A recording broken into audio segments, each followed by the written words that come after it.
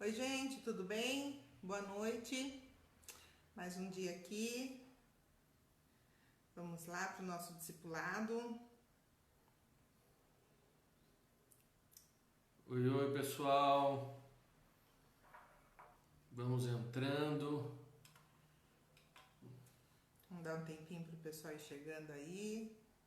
Vamos chamando o pessoal aí, se vocês puderem nos apoiar, manda um link aí para os seus amigos, para os seus parentes, que vocês creem que possam se interessar aí, né? Estamos tratando aí sobre o tema apostasia, né? Creio que é um tema muito importante e interessante. Aqueles que já estiveram conosco na semana passada, estamos continuando sobre esse tema. E eu creio que a maioria das pessoas não faziam nem ideia, talvez, né, do que fosse apostasia. Sim. Então participe conosco, mande suas perguntas, né, Paula? E continue mandando os temas que vocês têm interesse. A nossa visão é ensinar, mas ensinar da mesma forma, transformando a vida de cada um, trazendo a vocês curiosidades, até temas que realmente despertem o coração de vocês. Sim. Né? A Antônia não está aqui com a gente, mas Já está online ali. Online. Minha mãe, eu estou tentando achar aqui para compartilhar, mas não consegui encontrar. Mas a gente vai caminhando e daí eu vou procurando aqui, tá bom? A gente vai continuar falando em apostasia, só que como eu comentei semana passada, a gente vai falar um pouquinho sobre um dos evangelistas, né? Que a gente deu uma olhada. Eu peguei o Moody, até aproveitando, quem esteve na igreja, viu, né, o pastor falando sobre Moody, que realmente ele tá aqui, ó. Deixa eu aqui. Isso. Agora foi, gente. Aí, legal. Quem que entrou ali? Sim, a dona Maristela, a Aline. Oi, gente. A Antônia, a dona Neuza. Amém. Né? O Rodrigo da Deia, Joia, né? nota 10. Sempre o pessoal aí que nos apoia e fica a nossa gratidão aqui pelo apoio de vocês aí. Exatamente. E, gente, vamos falar um pouquinho sobre Moody? Bom, vamos falar não, vamos fazer uma oração, que a gente está começando? Amém. Amém? Pai, que nesse momento, Senhor, a Tua presença, Espírito Santo, ela esteja aqui conosco, falando aos nossos corações, que nós possamos ser instrumentos nas Tuas mãos, Senhor, para que possamos passar um pouco da Tua palavra, o conhecimento que o Senhor tem nos dado, Pai, que cada um, Senhor, que está assistindo, consiga, Pai, sentir realmente a Tua presença, entender um pouquinho mais a Tua palavra, Deus, e que nós colocamos, Senhor, nossos corações para sermos transformados pela Tua palavra, transformados pela Tua presença, Espírito Santo. Muito obrigada, Pai, por cada dia, por cada agir nas nossas vidas, por cada momento que podemos ter um pouco, Pai, do Teu conhecimento. Ajuda-nos, Senhor, nesses tempos. Nós te agradecemos e nós entregamos esse tempo nas Tuas mãos. Obrigada, Senhor. Amém. Amém. E aí, gente? Sueli, oi Sueli, Opa, tudo bem? Seja bem-vinda. Aline mandando beijinhos pra tia.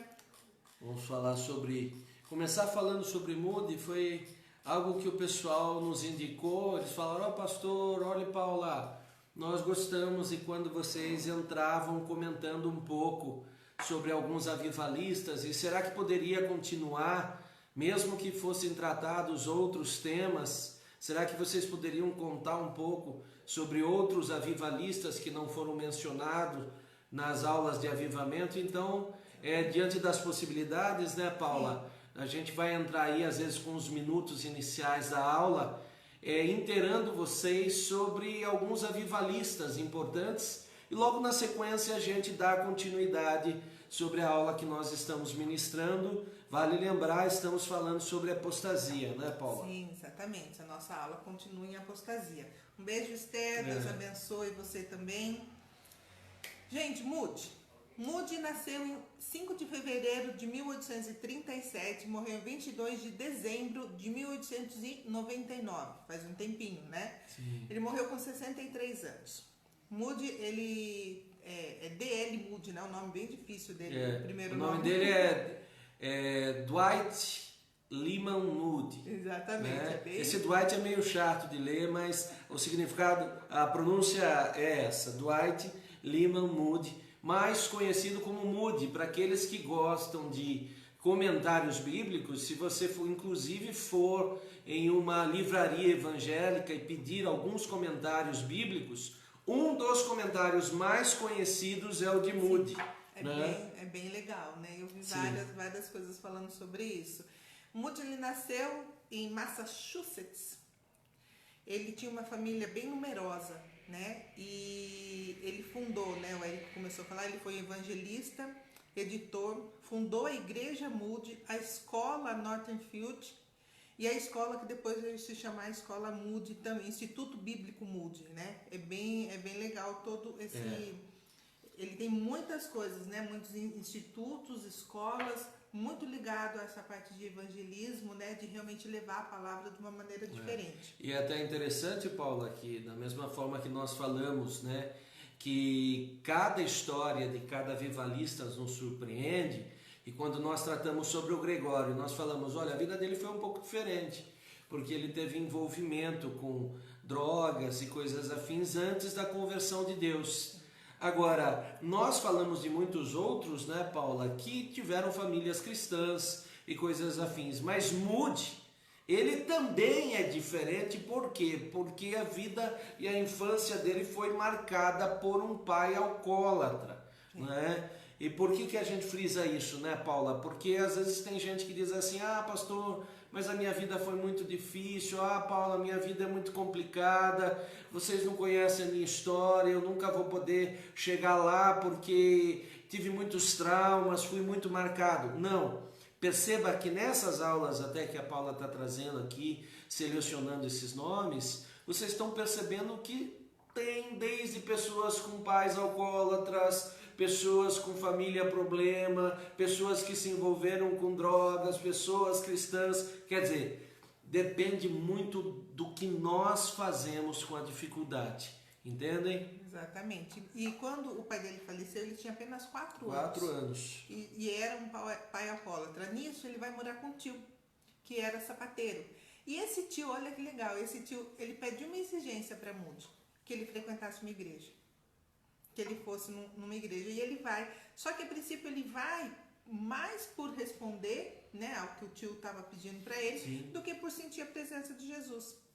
Até que um dia um professor da escola dominical, em 1855, quando ele tinha 18 anos, fala para Moody que Deus amava a vida dele. E isso o transforma, esse professor o visita, né, e transforma a vida dele. E ele realmente, a partir disso, aceita Jesus, né, e se torna esse grande evangelista e homem de Deus.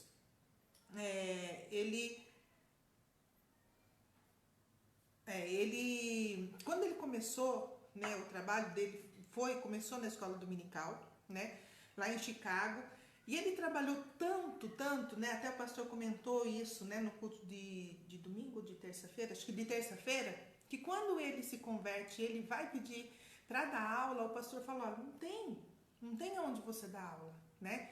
Ele fala, daí o pastor falou assim, a não ser que, acho que na brincadeira, né, a não ser que você consiga alguém para dar uma classe, né? sim. E ele sai nas ruas, né, e chamando pessoas para realmente participar da aula, e essas pessoas simplesmente são muitas pessoas que vão a ponto de ter 650 pessoas na escola dominical. A média dele era 650 pessoas, né? Exatamente. Num tempo onde não se havia TV, não havia distrações, olha o que Deus operava, né? 650 pessoas na escola dominical. Eu chamo para nós aqui essa unção assim, né? Vamos chegar a 650 aí, né? Tanto que ele teve que convidar voluntários de outras igrejas para ajudar ele a dar aula, de tanta gente que tinha. Ele ficou tão conhecido que o presidente Lincoln, né, teve em uma das reuniões da escola em 1860. Vamos lá. Ele casou, né, teve uma filha, teve 2 filhos, e ele ele começa, né, nos Estados Unidos. Quando ele tá no começo da Guerra Civil, né, e a grande preocupação dele eram pessoas que moravam, né, em zonas rurais. E ele começa a desenvolver esse trabalho e chega a ter 1.000 crianças carentes, sim, frequentando a igreja, né, assistindo a aulas, e ele também fazia uma assistência social para essas crianças. A igreja se tornou tão grande, a escola, né, dominical se tornou tão grande, virou uma igreja, e no grande incêndio que teve em Chicago, eles também foram atingidos, né, mas eles conseguem reconstruir, começar uma igreja bem próximo de onde eles estavam, desenvolveram então em Illinois, né, a igreja que começou depois como a igreja de Moody. Aí nisso ele vai viajar para a Inglaterra e ele se torna o maior evangelista do século XIX, comparado com George Whitefield, John Wesley, que a gente já falou, e o Spurgeon, que também é um outro avivalista muito legal, também da época dele. Em 73, por várias ocasiões, ele encheu estádios de 2 a 4 mil pessoas em reuniões, né? Chegando a ter, né, e sempre era uma crescente essas reuniões, chegando a ter 30 mil seguidores em uma reunião. Sim. E temos que lembrar que nós estamos falando de um tempo que não tinha TV, não tinha internet, não tinha canal de divulgação, né? Então veja o quanto, se nós nos colocamos na mão de Deus, Deus pode fazer, entende? Sim, exatamente. E, bom, Moody, ele fez várias campanhas nos Estados Unidos e no Canadá. Aí ele fez o Instituto, né, de Chicago, o Instituto Bíblico Moody, né? Ele também... E olha que legal, a pregação dele era uma pregação direta, sincera, franca, sem enfeites, nada gramatical no sentido de palavras difíceis, era realmente simples e convincente. Muito legal. Moody era um homem simples e honesto no tocante ao dinheiro. Ele não recebia lucros, né, do que ele vendia, né, os livros que ele começou a escrever, as coisas como o Eric falou, que ele começou na época a fazer. Ele não recebia os lucros da venda de inários, né, tanto que inários também ele chegou a fazer. Em sua morte, ele estava relativamente pobre. Olha que interessante, gente. Um cara que fez muito, né, e em sua morte ele estava relativamente pobre. E uma das frases dele que ele fala que ele declara para a esposa dele é que a esposa e os filhos teriam que entender e confiar no Deus que ele até então tinha confiado. Né? Ele deixa um legado, né, muito interessante, né, de que a esposa e os filhos também deveriam trilhar o mesmo caminho que ele estava trilhando. Bom, teve várias coisas. E é importante que vocês, na menção da Paula, vocês ouviram aqui, que, por exemplo, em 1865 aproximadamente, né, 1862, no meio de uma guerra civil, eles estavam fazendo o quê? Estavam ensinando, estavam pregando. Perceba que houve guerra no período dele, houve pessoas que tinham problema com pobreza, havia todas as dificuldades possíveis, mas Deus fez. Entenda isso, né? E novamente, né, Paula, nós frisamos que avivamento não significa, poxa, vou ter cadeiras de couro na igreja, né? Vou ter ar-condicionado para tudo quanto é lado. Não necessariamente, né? Exatamente, é muito legal, né? Sim. Gente, como que tá o foco aí da filmagem? Tá legal ou tá ruim? Dá um joinha aí pra gente. Aqui pra mim tá legal, mas no outro telefone não tá muito legal. Veja aí pra gente, tá bom? Aí vocês colocam. Eu achei muito interessante, pastor, algumas falas de Moody, né? Algumas coisas que eu encontrei algumas frases dele, né? Olha só o que ele fala. A lei pode me dizer quão torto eu sou, mas quando a graça vem, endireita-me. Quer ver? Tem uma outra aqui que eu achei muito legal. Ele fala que não tem valor. Vamos ver, cadê? Vamos ver. Quando o homem não tem nenhuma força, se ele se inclinar diante de Deus, ficará poderoso. Tem uma que eu achei bem legal aqui. Apresente sua petição perante Deus e então diga: seja feita a tua vontade, não a minha.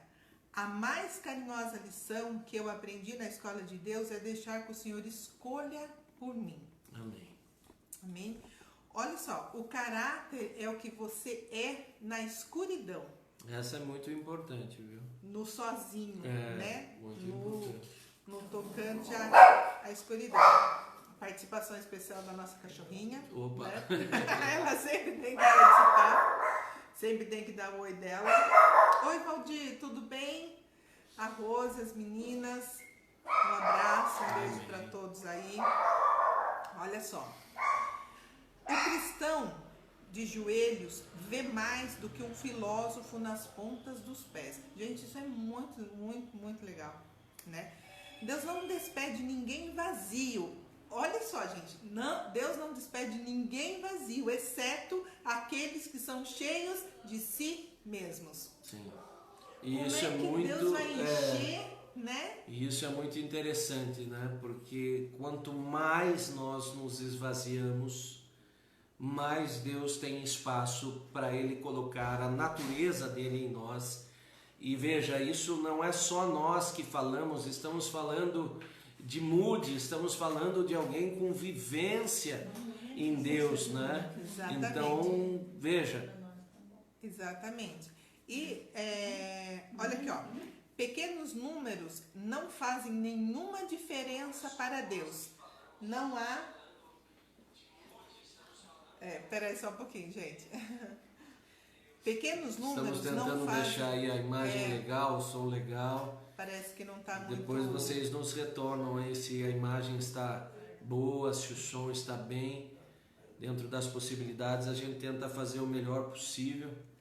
Mas o nosso cameraman hoje não está, não chegou ainda do serviço. Então a gente ficou meio tentando resolver algumas coisas aí, tá bom? Amém. A dona Marcela falou que tá ok, né? Amém. Legal. Marilda, um beijo. Um abraço. Um abraço, Deus abençoe. Valdir, Marilda e todos que estão chegando aí. Gente, olha que fantástico. Tenho mais preocupações com D.L. Moody do que com qualquer outro homem que alguma vez me encontrei. Ou seja, ele se preocupava muito mais com ele do que com qualquer outra pessoa. E é importante destacar, amados, a interpretação correta disso, tá? Porque de repente você está ouvindo isso e você fala, pô, o cara era egoísta, o cara era narcisista, ficava olhando para o umbigo dele. Não, não é sobre esse foco que ele está falando. Ele está falando que às vezes a gente se preocupa, olha, minha vida não deu certo por causa do fulano, ou Beltrano me fez isso, ou eu sou traumatizado por causa daquilo. Não, o que ele quer dizer é que nós somos verdadeiramente os nossos inimigos, ou os nossos amigos. Ou seja, é você que vai dar destino na sua vida. Ou seja, aquilo que você fizer para Deus, Deus vai alinhar e vai produzir na sua vida. Ou aquilo que você fizer contra o Evangelho de Deus, Deus então não vai poder atuar na sua vida por causa de uma barreira, não que um terceiro colocou, mas que às vezes nós colocamos. E eu achei legal porque uma das coisas que a gente vai conversar hoje na aula é justamente esse de cuidar de si. Né? A necessidade de eu realmente estar todos os dias me apresentando para o Senhor, para que haja consertos, né? Para que haja... Então, essa preocupação que ele fala é justamente nisso, Sim, né? sim. A preocupação que ele tinha com ele, né? Com esse relacionamento com Deus. Para terminar, de Moody, buscar o perpetuar do nome de alguém na terra é como escrever na areia da praia. Para ser perpétuo, ele deve ser escrito em costas eternas. Essa frase dele também eu acho muito, muito interessante. Porque principalmente essa primeira parte, onde ele fala que quando você tenta perpetuar seu nome na terra, é como escrever na areia da praia. O que ele quer dizer com isso? Se você pensar bem, quando você era pequeno e ia lá brincar na areia e ficava escrevendo alguma coisa na areia, vinha a onda, uma simples onda, e apagava. E o que ele quer dizer? Da característica temporária dessa terra. E quantos de nós, sem perceber, às vezes, estamos querendo marcar a história dessa terra, né? E ele diz, não, o foco não é a terra é passageira, como uma onda que avança e apaga tudo o que você fez. E depois de um tempo você é esquecido.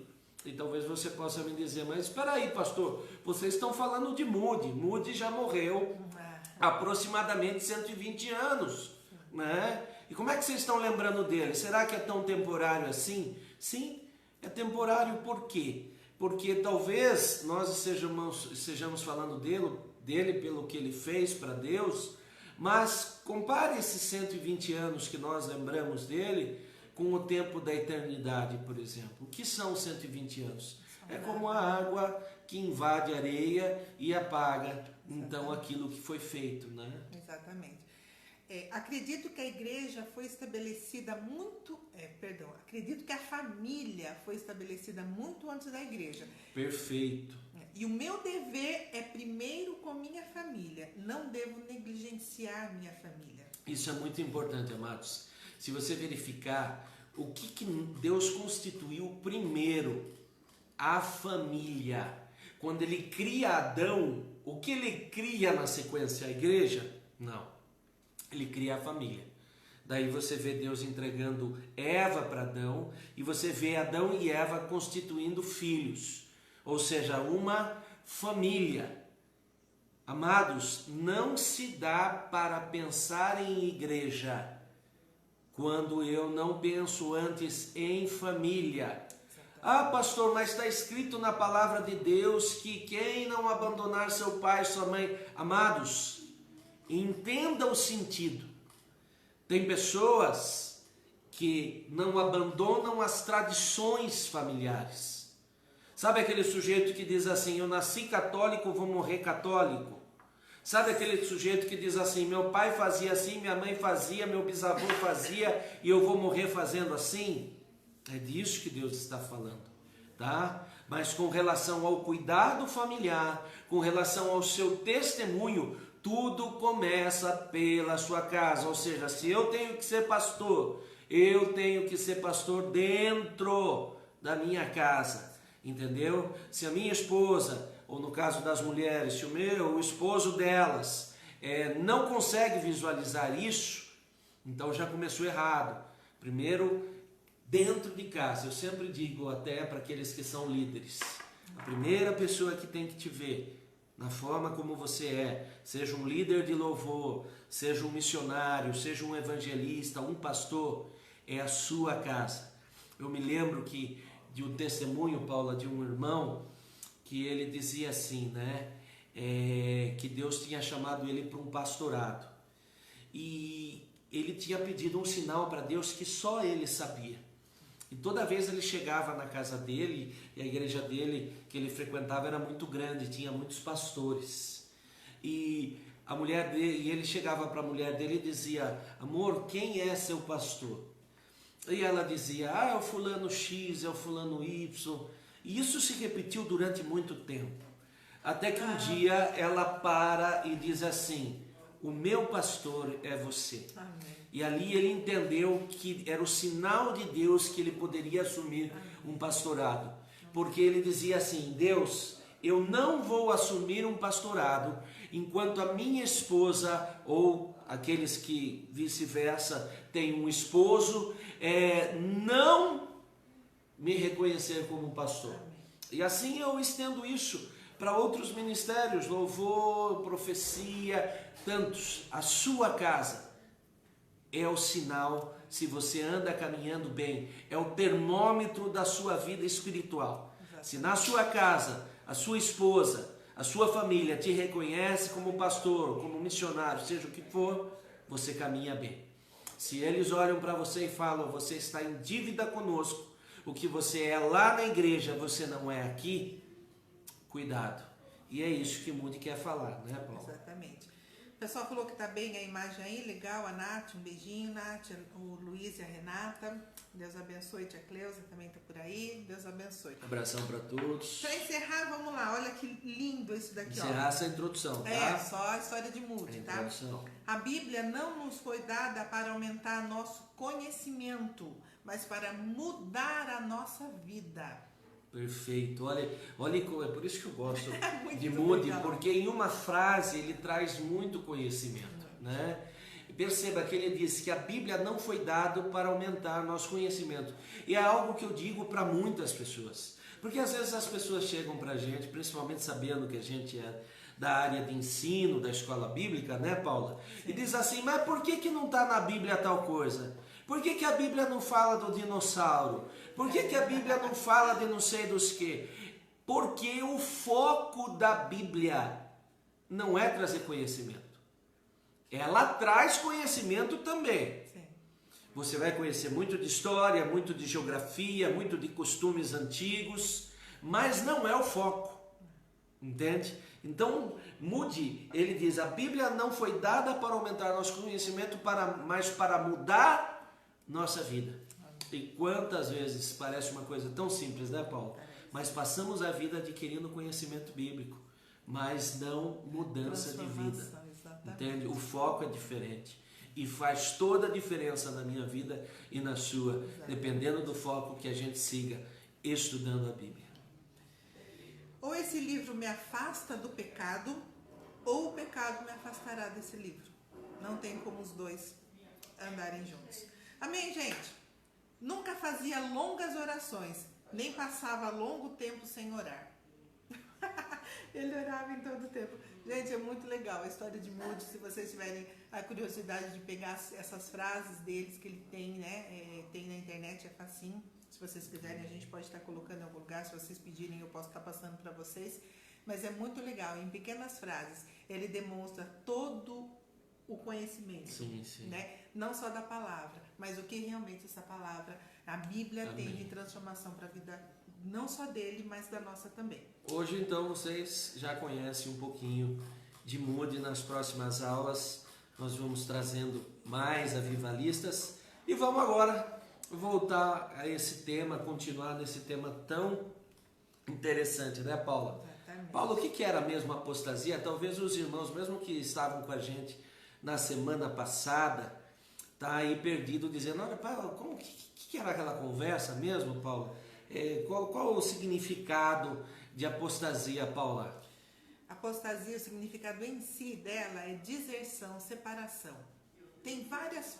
A palavra apostasia, ela se coloca de várias formas, né, na Bíblia, mas sempre com aquela conotação de afastamento da fé. Algo que vai te tirar da fé, quando você quer fazer alguma coisa contrária, uma separação. Amém? É renegar realmente a sua fé.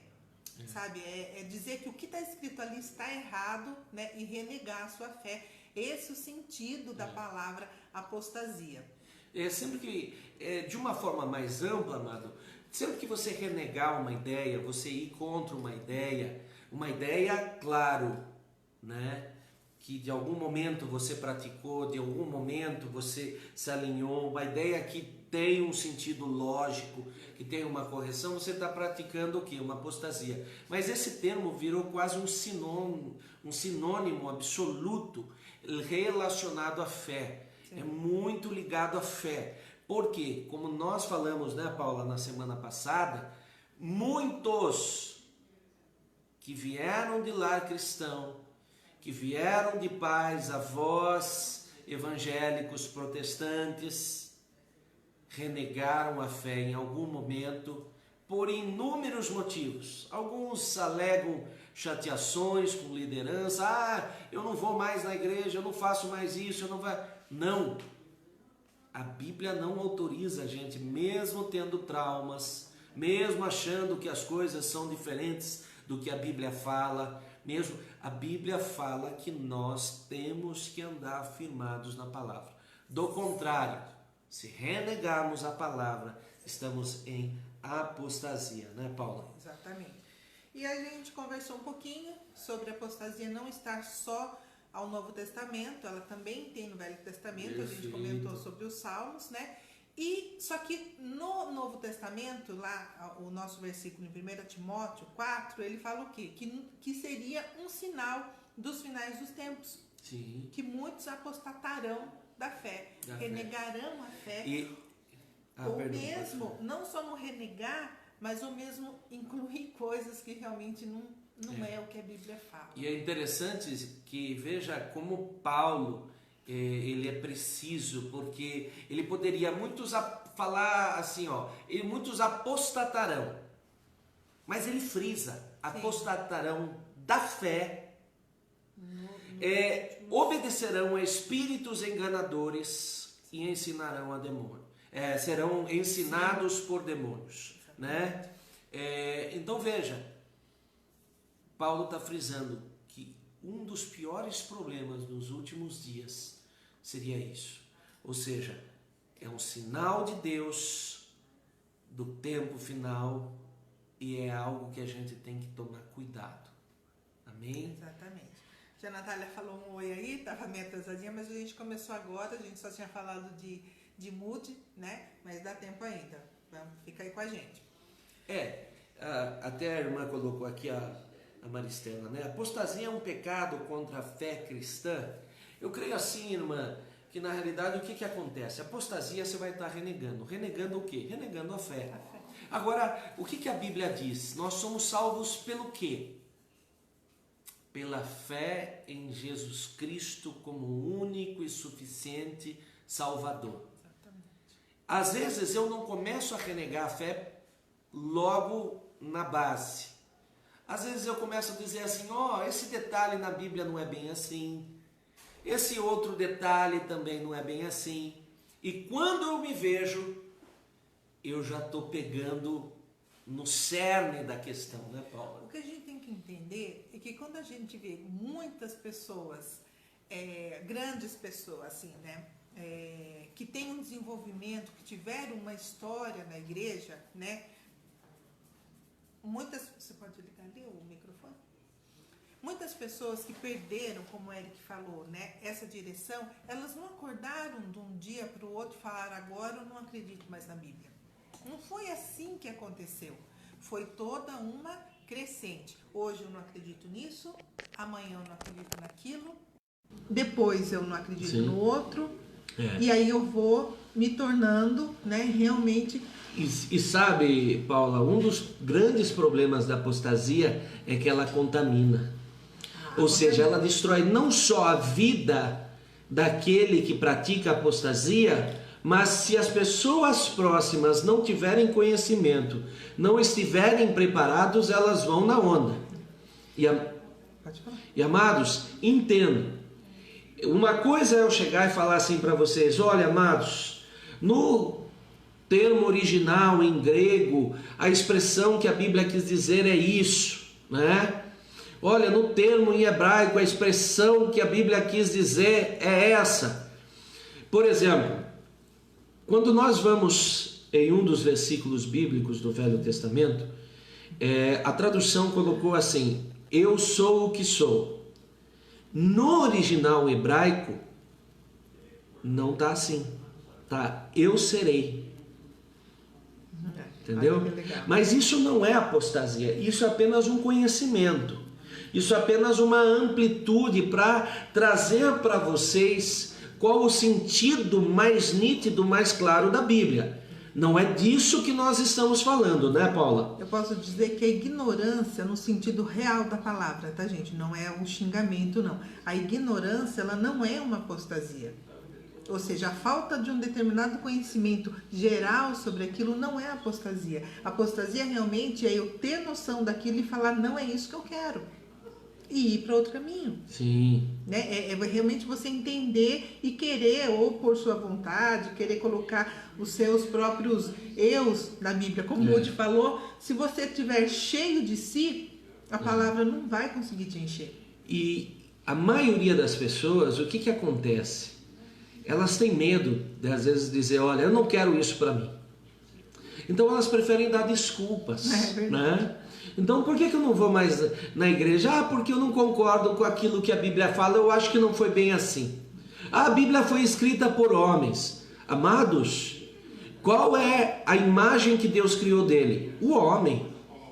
Então Deus, entre escolher uma girafa, escolher um cavalo, escolher quem que ele vai escolher para escrever aquilo que ele deu? O homem, entende? Mas eu ouço de quantas pessoas, Paulo? A Bíblia foi escrita por homens. Ia ser escrita por né? Ia ser escrita por quem? Qual é a melhor espécie que Deus criou? Qual é a espécie que é a imagem e semelhança dele? Então, para trazer a fidelidade dele, ele escolheu a melhor espécie, né? A que carregava a imagem e semelhança dele. O pessoal colocou que o áudio tá bom, então nosso ajudante chegou. Aí ele já deu uma... Eu tinha esquecido. Estava meio desconectado ali o microfone. Mas aí já e talvez vocês estavam ouvindo meio distante. Amém. Obrigada, gente, pelo feedback. Lembra quando a gente falou que durante muito tempo a gente leu o versículo que fala que o ladrão vem para roubar, matar e destruir? Lembra uma visão que eu dei sobre Satanás? Ele não quer só roubar e matar e destruir no sentido terreno. Por exemplo, ele vem e mexe na sua vida financeira, tira algumas coisas, mas Deus já autorizou, não esquece disso, ele não tem poder de vir e fazer o que ele quiser na nossa vida. Isso a gente já conversou também, né? Então ele vem e mexe. Ele só quer tirar o financeiro para que você fique pobre, para que você fique triste? Não, não é só isso. Ele quer, na verdade, mexer com o quê? Com a sua fé. Ele vem para roubar, matar e destruir uma convicção nossa em Deus. Então, quando ele mexe nessas áreas, com a autorização do Senhor, ele quer falar o quê? Olha, Deus não é fiel com você. Olha, não é bem assim como você tinha entendido. Então, porque se a gente só pensar em Deus ou só pensar em Satanás para essa terra, a gente vai ser muito pequeno o nosso pensamento. Então, beleza. Só que é só para isso? Só para nos deixar triste hoje? Não, na verdade, o que ele quer roubar é a nossa eternidade. Sim. Que vai muito além do que tirar ou mexer com finanças hoje, ou com alguma perda, né? Ele quer realmente fazer com que a nossa fé não nos deixe, né? Não nos leve a termos realmente um encontro eterno com o Senhor, essa vida eterna. E isso, Paulo, é muito interessante, porque às vezes o versículo até está na Bíblia, mas ele não é interpretado da maneira correta, ou às vezes na extensão correta que ele deveria ser interpretado. E isso pode criar possibilidades da gente apostatar, entendeu? Por exemplo, o Senhor é meu pastor e nada me faltará. No texto original, ele dá a entender que o Senhor é suficiente na vida dele. É esse que fala o texto original. É isso que fala o texto original. Agora, vamos pegar esse versículo, né, Paula? Sim. O Senhor é meu pastor, nada me faltará. Então, eu sou filho do rei. Então, eu sou príncipe. Então, eu tenho que ter carro, tenho que ter avião, tenho que ter elevador em casa, tenho que ter 18 casas, 18 carros. Amados, não é isso, hein? E daí, dessas tolices, Paula, as pessoas apostatam. E apostatam em cima de quê? De um versículo bíblico. De uma coisa que teoricamente está lá na Bíblia. Exatamente. Né? E daí uma das coisas que a gente conversou, a tia Clésia falou que está travando, mas acho que também pode ser a internet lá, né? Uma das coisas que a gente conversou é sobre a que uma vez salvo, sempre salvo. Né? E a gente deixou bem claro. A tal super graça, né? Graça, que eles falam. Gente, por incrível que pareça, ela está bombando em alguns lugares, o que é totalmente de uma pessoa que não consegue nem lê a Bíblia, nem tem... A gente nem vai além do interpretado de uma maneira correta, e nem lê, porque se nós lemos uns pouquinhos dos versículos que a gente colocou, que são muito poucos do que tem na Bíblia, ali já mata isso. Amados, e isso que a Paula falou, quero dar um destaque muito primordial, porque existe, infelizmente, uma parte da igreja que diz assim: uma vez salvo, sempre salvo. Até uso, já continua, até uso o versículo, né? Que Deus morreu na cruz e levou sobre si todos os nossos pecados e as nossas dores. Inverte tudo. Inverte tudo. E isso é apostasia. Quer prova disso? Vamos imaginar que o sujeito está lá na tribulação. Vamos pensar um pouquinho lá em Apocalipse. O sujeito percebeu que a Bíblia estava certa, que ele está vivendo a tribulação. E de repente ele tem um encontro com Jesus Salvador. Ele diz: olha, eu aceitei Jesus como Salvador. Bom, está salvo, né? Independente do período em que ele vai passar por lutas durante a tribulação, teoricamente, se ele morrer ali, está salvo. Só que daí vem o anticristo no meio do caminho e diz: você tem que colocar a marca da besta. E o indivíduo vai e coloca a marca da besta. Eu te pergunto, ele está salvo ainda? Não está, porque a Bíblia diz que se colocar a marca da besta, não está salvo. Daí eu te pergunto, estava salvo aqui, não está mais salvo aqui. Dá para dizer então que o indivíduo é salvo eternamente? Não. E sabe, Paula, qual é o problema? Que está cheio de gente dizendo assim: para que levar a sério? Eu já tenho o meu nome escrito no livro da vida. Cuidado, cuidado. Nós queremos ser sinceros com vocês. Né, Paula? Exatamente. Pastor, e vocês que estão ensinando? Se nós desalinharmos com Deus, fugimos da palavra de Deus, nós corremos risco de descer o andar. Em nome de Jesus está cancelado tudo isso, mas é a possibilidade. Né? Temos que dizer essa verdade a vocês. A gente vai falar um pouquinho sobre isso também. Lá no versículo, no 1 Timóteo 4, né? Bom, eu não li o versículo do 1 Timóteo que a gente está falando, né? Então é 1 Timóteo 4:1, que fala: ora, o Espírito afirma expressamente que nos últimos tempos alguns apostatarão da fé. Por que eles apostatarão? Por obedecerem espíritos enganosos e ensino de demônios. E verifiquem. Você vai falar: pastor, espíritos enganosos. A gente já sabe que é o diabo, tá? Mas quem que eles usam? As pessoas. E apostatarão da fé. Se eles vão apostatar da fé, o que Paulo está dizendo? Que não está tratando com alguém que nunca teve fé, né, Paula? Não está tratando com alguém que não conhece a palavra. Está tratando com pessoas que tinham fé outrora e que agora estão fora da fé. E se Paulo está dizendo que essa possibilidade existe, se Paulo está dizendo que um sujeito hoje estava na fé de Jesus Cristo como Salvador e amanhã não está, e que por causa disso ele pode ser condenado se não se alinhar, nós vamos dizer que é a super graça, que todos nós vamos estar lá no céu? Infelizmente vai ter surpresa, hein? Exatamente. Tem cara que às vezes tem uma vida fora da linha de Deus, mas lá no final aceitou Jesus como Salvador. E tem cara que seguiu a palavra, evangelizou, pregou, curou, fez de tudo. Lá no final resolveu falar: eu acho que a Bíblia não é bem assim, é a super graça, eu posso fazer o que me der na telha, eu posso ter meia dúzia de mulher, eu posso enganar meu patrão lá no serviço dele, eu posso usar um baseadinho de vez em quando. Vai para o inferno. Entendem? Então, em nome de Jesus, se alguém te ensinou esse conceito, ou se você está na dúvida, não tenha dúvida, não existe super graça, existe a graça. E é só ler um pouquinho, gente, é só ler um pouquinho da Bíblia, isso é bem claro, né? Quando Paulo fala várias vezes sobre naufragar na fé, sabe, sobre você não perder, mas a gente vai continuar falando sobre isso. Um beijinho para a Priscila, vi ela aí também, que Deus abençoe. E continuando lá, sobre esse de perder a fé, 1 Timóteo 4, 2 e 3.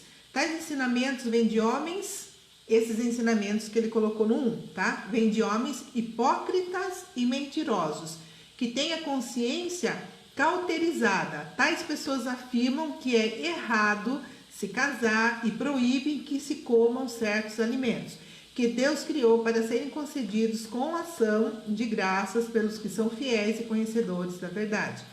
O que Paulo está advertindo aqui? Primeiro que ele fala dessa mente cauterizada. O que é ter uma mente cauterizada? Vamos pensar um pouquinho?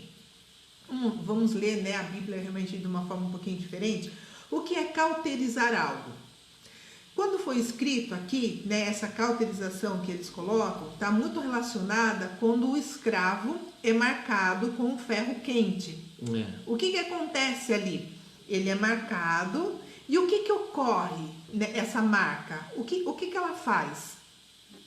Ela cria uma cicatriz, e você já viu uma cicatriz grande, né? Não uma cicatriz pequena, ela está insensível. Ela não sente mais, aquele pedaço ali da pele morreu. Os nervos ali, eles não existem mais, ele não tem dor sobre aquilo. Ou seja, uma mente cauterizada é uma mente que não pensa o que é para pensar. Ela está errada, ela não tem mais a função correta. E como torna essa mente cauterizada? O que acontece? Como eu falei, não é de um dia para a noite. E também, né, Paula, cauterizar, ela lembra o quê? Um queimar, né? Queimar. Você vai lá e cicatriza, às vezes com o aparelho lá, queimando, né? Sai às vezes até uma fumacinha lá.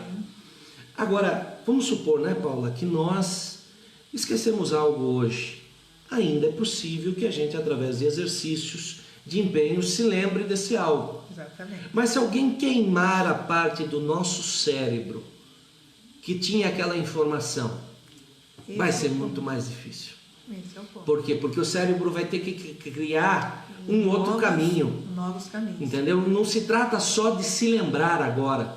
Se trata de fazer tudo novo. É muito mais difícil. E o problema, Paula, é que às vezes a cauterização é do cérebro inteiro. Às vezes queimou tudo, tostou os neurônios.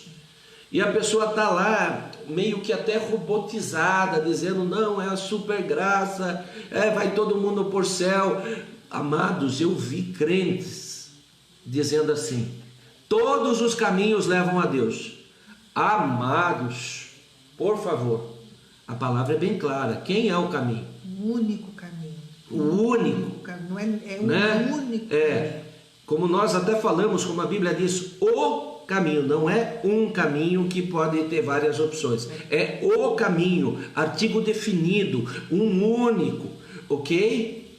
Jesus. O único mediador, então, o único caminho. Duas uma, né, Paula? Ou falta conhecimento, sim, e isso precisa vir através de estudos, de aplicação na palavra, ou, como Paulo diz, esses homens são hipócritas. Por quê? Porque falam um negócio e vivem outro, e mentirosos. Amados, se são mentirosos, é sinal que eles têm conhecimento de que o que eles estão falando. Exatamente. Ah, mas então por que eles falam? Com que intenção? Porque às vezes eles estão no erro e para não assumir o erro, eles preferem mudar todo um sistema para poder dar vazão àquilo que eles querem. Né, Paula? É muito difícil pensar que uma pessoa pode realmente planejar, né, fazer isso, planejar uma mentira, falar realmente o que ele entende, né? Se é mentira, ele entende que não é uma verdade, né? Então ele tem consciência disso. O Paulo colocou aqui falta de sensibilidade, exatamente, porque ele não é nem sensível com a vida dele, muito menos com a do próximo, né? Quando realmente está fazendo isso. Vamos continuar. E quando ele fala, gente, olha aqui, ó. No 3, tais pessoas afirmam que é errado casar e proíbem comer. O que ele está querendo dizer aqui? A Bíblia, ela é muito legal no tocante a você ir para dois extremos. Se você ler Timóteo, você vai entender que a carta de Timóteo foi escrita, né, como uma prevenção realmente. Ele está dizendo, olha, vocês estão tomando alguns caminhos errados. E vocês precisam se atentar a isso. Ele fala bastante da postura da mulher na igreja, né? Se vocês lerem um pouquinho antes do 1 e o 2, né? Ele vai falar bastante sobre isso, né?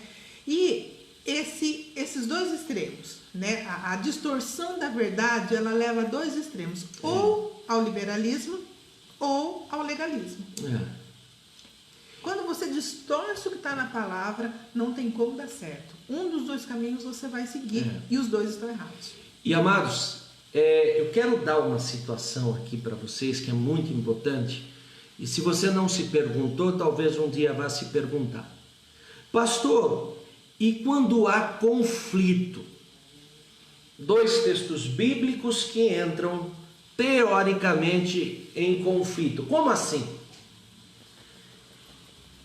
Ama teu próximo como a ti mesmo e ama a Deus sobre todas as coisas. Mas esse teu próximo, por exemplo, diz, olha, se você me ama, você tem que renegar a Deus. E aí, o que você faz? O que você segue? E daí eu quero dar uma dica através disso. Você segue aquilo que é mais primordial, mais basal. Deus acima de todas as coisas. Então, por exemplo, você tem que amar seu pai, sua mãe? Sim. Você tem que amar seu semelhante? Sim. Só que se ele colocar um revólver na sua mão e falar, prova teu amor para mim, dá um tiro na sua cabeça, você vai fazer isso? Não. Mas isso não é apostasia, isso é saber separar aquilo que é primordial, né? Uma vez, né, nós conversamos sobre, não só em relação a pai e mãe, mas sobre a governos. A palavra do Senhor fala que a gente tem que ser obediente, certo, aqui na terra, sobre os governos da terra. Amém? Só que o que aconteceu lá com os amigos da fornalha ardente? Por que eles foram para a fornalha? Porque eles desobedeceram ao governo. Muito bem colocado, Paulo. Muito bem colocado. Porque está acima, né? Entendeu? Tanto os nossos, né, pastor, parentes, as pessoas, como o governo, Deus está acima disso. Acima. E é por isso que a gente está citando esses exemplos, para dizer para vocês que às vezes pode surgir conflitos. Só que a própria Bíblia resolve esses conflitos. A própria Bíblia te dá meios para resolver esses conflitos. Entendem? Então, o que estava acontecendo lá na época que a gente está lendo aqui de Timóteo? Uns falavam que não era para casar, outros falavam que comer, a gente já conversou sobre isso semana passada, né? Ah, eu não gosto disso, então é proibido. Não, entenda, você pode optar por comer o que você quiser. Você não gosta, você não quer, você está fazendo regime, dieta, enfim, beleza. Você só não pode colocar que isso, perante a palavra de Deus, é proibido. Esse é o engano. Então, o liberalismo é quando a gente fala que todos os caminhos levam a Deus, né? Essa é a frase que o pastor falou, certo? E o legalismo, quando eu coloco algo que está fora, eu coloco aquilo como verdade da palavra, mas não é o que a palavra fala. O legalismo é aquele que leva a ferro e a fogo. E às vezes, por levar a ferro e a fogo a palavra, ele coloca excessos naquilo que Deus colocou. Às vezes a regra dele é mais difícil de ser seguida do que a própria Bíblia, porque ele vai criando interpretações para aquilo que Deus falou. Exatamente. Mas isso, veja bem, gente, isso daqui são só para algumas pessoas, eu não vou cair nessa. Gente, Satanás tentou até Jesus usando a própria palavra. Então, ele vai nos tentar contra a palavra, sim. Por isso é necessário essa vivência com a palavra de Deus, para que a gente não caia nessas tentações de Satanás. Por exemplo, né?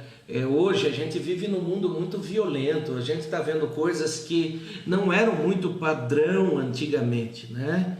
Então, por exemplo, numa oportunidade me perguntaram, pastor, a Bíblia diz que a mulher jamais, né, deve se apartar do seu esposo, ou seja, ela tem que caminhar, se esforçar no seu casamento. Tudo bem. Agora, se o esposo dessa mulher colocar uma arma na cabeça dela e ameaçar ela de morte todos os dias, será que a Bíblia vai dizer, continua dormindo lá? na mesma cama, correndo risco de vida. Entende? É isso que eu falo, que às vezes nós temos que pontuar a situação. Entendeu? Eu não posso, em nome de dizer para uma mulher, olha, você não pode jamais abandonar seu lar, fazer com que essa mulher morra na mão de um homem, seja esfaqueada, tenha seus filhos mortos na mão desse homem. Entende? É disso que nós falamos. Nesse caso, então, não seria apostasia, ok? Agora a pessoa chegar assim, viu, pastor, eu vou me divorciar, mas por causa de quê? Eu não gosto muito do ovo mexido que ela faz. Amados, isso aí é uma baita engano que você está entrando, isso é uma baita apostasia que você está gerando para poder se desvencilhar de alguém, né, Paulo? Amém, gente? Então, olha, eu pulei, né? Mas o que a gente está conversando sobre o versículo de 1 Timóteo? A gente está falando que nós podemos perder a nossa fé, que foi isso que a gente deu uma repassada, certo? E que a gente pode guardar a fé. E como que a gente vai fazer para não apostatar, correto? Então, o primeiro que foi guardar a nossa fé, a gente deixou bem entendido que uma vez salvo, não é salvo, a gente precisa continuar nesse caminhar, amém? E como que a gente pode perder, né, essa fé, né? A gente deu vários versículos falando sobre isso, que a gente leu aqui, né? Tá mais para baixo aqui. Como que a gente pode guardar a fé então? Se uma vez Deus fala que alguns apostatarão da fé nos finais dos tempos, como que a gente vai conseguir guardar a fé? Olha o que fala lá em... Por quê? Por que eu entrei, né? Por que a gente está entrando nessa discussão? Porque às vezes a gente cai no outro extremo, que é andar sempre preocupado. Sim. Quer realmente, sabe, fazer com que a nossa vida, a gente fique apavorado diante de algumas coisas. Mas se eu fizer isso, se eu fizer aquilo, será que eu estou apostando? Então é para acalmar, para que a gente tenha um discernimento do que realmente pode acontecer. Deus está falando isso, Ele está nos alertando, mas eu também não posso sobreviver um apavoramento nessa terra. Eu tenho que ter muita noção e consciência de tudo que a palavra fala. Então, em 2 Pedro 3, de 17 a 18, 2 Pedro 3, de 17 a 18. Portanto, amados, sabendo disso, guardem-se para que não sejam levados pelo erro dos que não têm princípios morais, nem percam a sua firmeza e caiam. Cresçam, porém, na graça e no conhecimento de nosso Senhor e Salvador Jesus Cristo. E Ele seja a glória agora e para sempre. Ou seja, o que ele está falando aqui? Beleza? Ele está falando que a gente precisa, certo? Andar corretamente, que senão a gente vai cair. Foi o primeiro tópico que a gente já falou sobre isso. E daí ele fala assim, cresçam, porém, no quê? Na graça e no conhecimento, para que isso não ocorra. Por isso que a gente está aqui. Exatamente. Né? Amém? E é importante isso porque é natural que em algumas ocasiões a gente entre em conflito. Puxa, será que isso é de Deus? Será que isso não é de Deus? Será que Deus me dá paz nisso? Então, veja, o problema não é você às vezes ter algumas interrogações. O problema é como você vai fazer com elas. O problema é Deus olhar o seu coração e ver uma sinceridade em querer fazer a coisa correta. Quando nós falamos de uma apostasia aqui, nós estamos falando de pessoas que muitas vezes visualizam o erro, sabem que é errado e continuam propagando o erro. Para quê? Para poder, de repente, ter uma desculpa do que elas cometem, para poder dar uma desculpa para a vida que elas querem levar. Então, eles quase montam uma Bíblia própria. Eu vou pegar um pouquinho do espiritismo aqui, um pouquinho do catolicismo ali, eu vou pegar um pouquinho das religiões orientais aqui, e faz uma miscelânea e diz, eu gosto disso. Só que isso é perigoso, ok? É apostasia. E o que a gente tem que realmente ter essa noção de que ou a gente, né, realmente, principalmente nos finais dos tempos agora que a gente está vivendo, a gente se fortalece na nossa fé, ou a gente vai ou apostatar ou deixar ser levado, né, por ensinos, como a gente leu lá, de demônios, né, ou coisas assim, tá bom? Em Filemão 6, fala: oro para que você ponha em prática a comunhão que vem da fé, à medida que entender e experimentar todas as coisas boas que temos em Cristo. Oro para que você ponha em prática a comunhão da fé. É sempre uma engrenagem que vai virando. Se ela parar, não tem jeito, vai realmente cair. Judas 1, 24 a 25. Toda glória seja aquele que é poderoso para guardá-los de cair e para levá-los com grande alegria e sem defeito à presença gloriosa. Amém? A gente entende que Deus não é a parte falha nessa relação, e sim somos nós. Sim. Amém, gente? A gente tem que ter isso muito claro. Deus não falha, né? Ele não se engana. Ah, mas por que aconteceu isso? Deus errou? Não. Sempre a parte frágil, a parte enganosa da história é a nossa vida. 2 Pedro 1, 10 a 11. Por isso, irmãos, trabalhem ainda mais arduamente para mostrar que de fato estão entre os que foram chamados e escolhidos. Façam essas coisas e jamais tropeçarão. Façam o quê? Que coisas que ele está falando? Ele está falando aqui em cima. Trabalhem arduamente para mostrar que de fato estão entre os que foram chamados e escolhidos. Assim, sua entrada no reino eterno de nosso Senhor e Salvador Jesus Cristo será acompanhada de grande honra. Amém? Amém.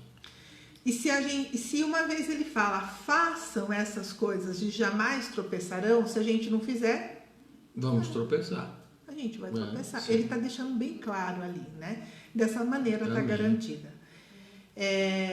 E o que é, se você ler lá em 2 Pedro, né? Quais são essas coisas? Ele dá um relato de algumas coisas, né? Empenhar para acrescentar a fé. Ah, é só ter fé? Não é só ter fé. O que tem que acrescentar a fé? Virtude, conhecimento, domínio próprio, perseverança, piedade, fraternidade e amor.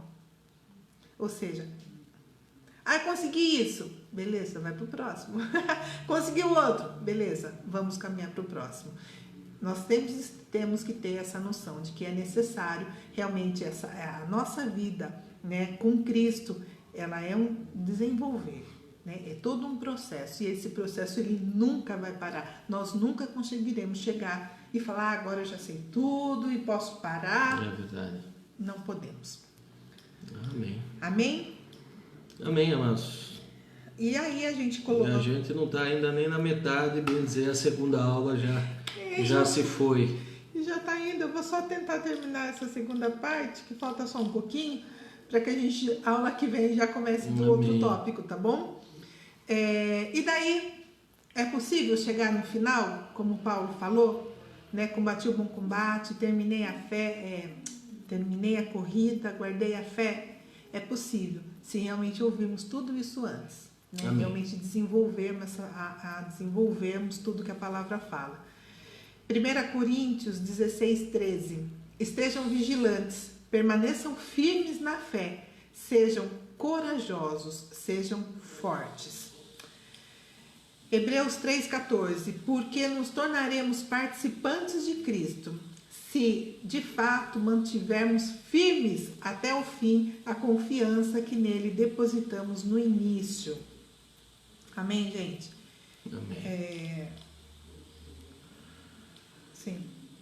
Eu creio que esse desenvolver, né, o entender essa apostasia, o entender que pode acontecer, é claro, a palavra de Deus fala que infelizmente será um dos finais dos tempos. E como eu posso fazer para me prevenir disso, é o que a gente está tentando entender. E deixando muito claro que é necessário desenvolver a nossa fé, é necessário ter um crescimento no nosso conhecimento com a palavra e com a presença do Espírito Santo. Porque se nós pararmos, nós seremos literalmente atropelados por tudo que está acontecendo no mundo. Por todas as dúvidas, né, pastor, que às vezes as pessoas mesmo falam. E como o pastor falou, você não só cai, mas você contamina muitas pessoas. Né? Então, o pensar que eu posso estar sendo contaminada é se eu não estiver em embasamento realmente na palavra. Quando Satanás foi tentar Jesus lá no deserto, ele jogou a palavra contra Jesus.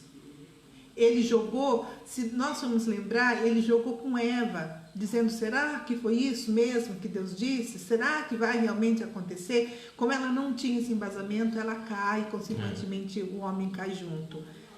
Mas com Jesus foi diferente. E essa dica é muito importante, viu, amados?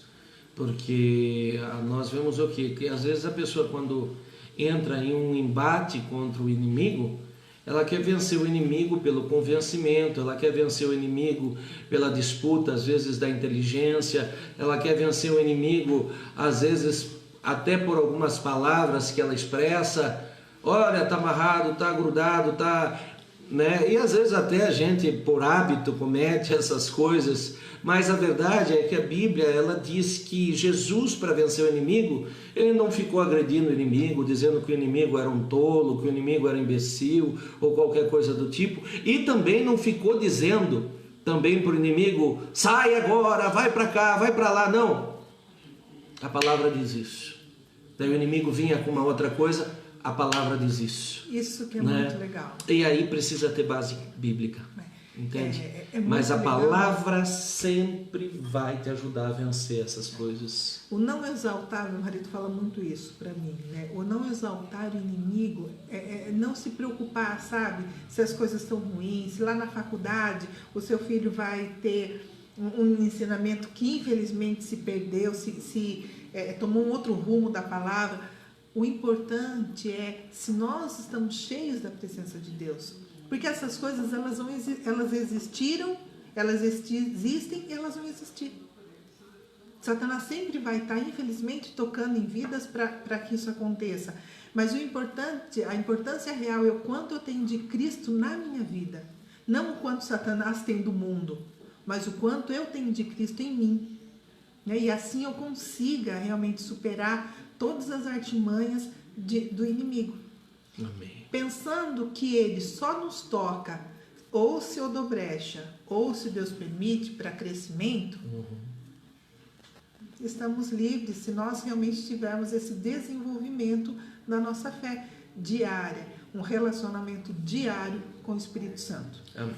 Amém, gente? Amém. Ficou mais um tópico, que seria que realmente o que fazer, né? A gente já deu umas dicas, mas o que fazer para não apostatar, para não cair. Vai mais ou menos na mesma linha, né? De realmente estarmos desenvolvendo a fé, mas a gente vai explicar, vai um pouco mais minucioso.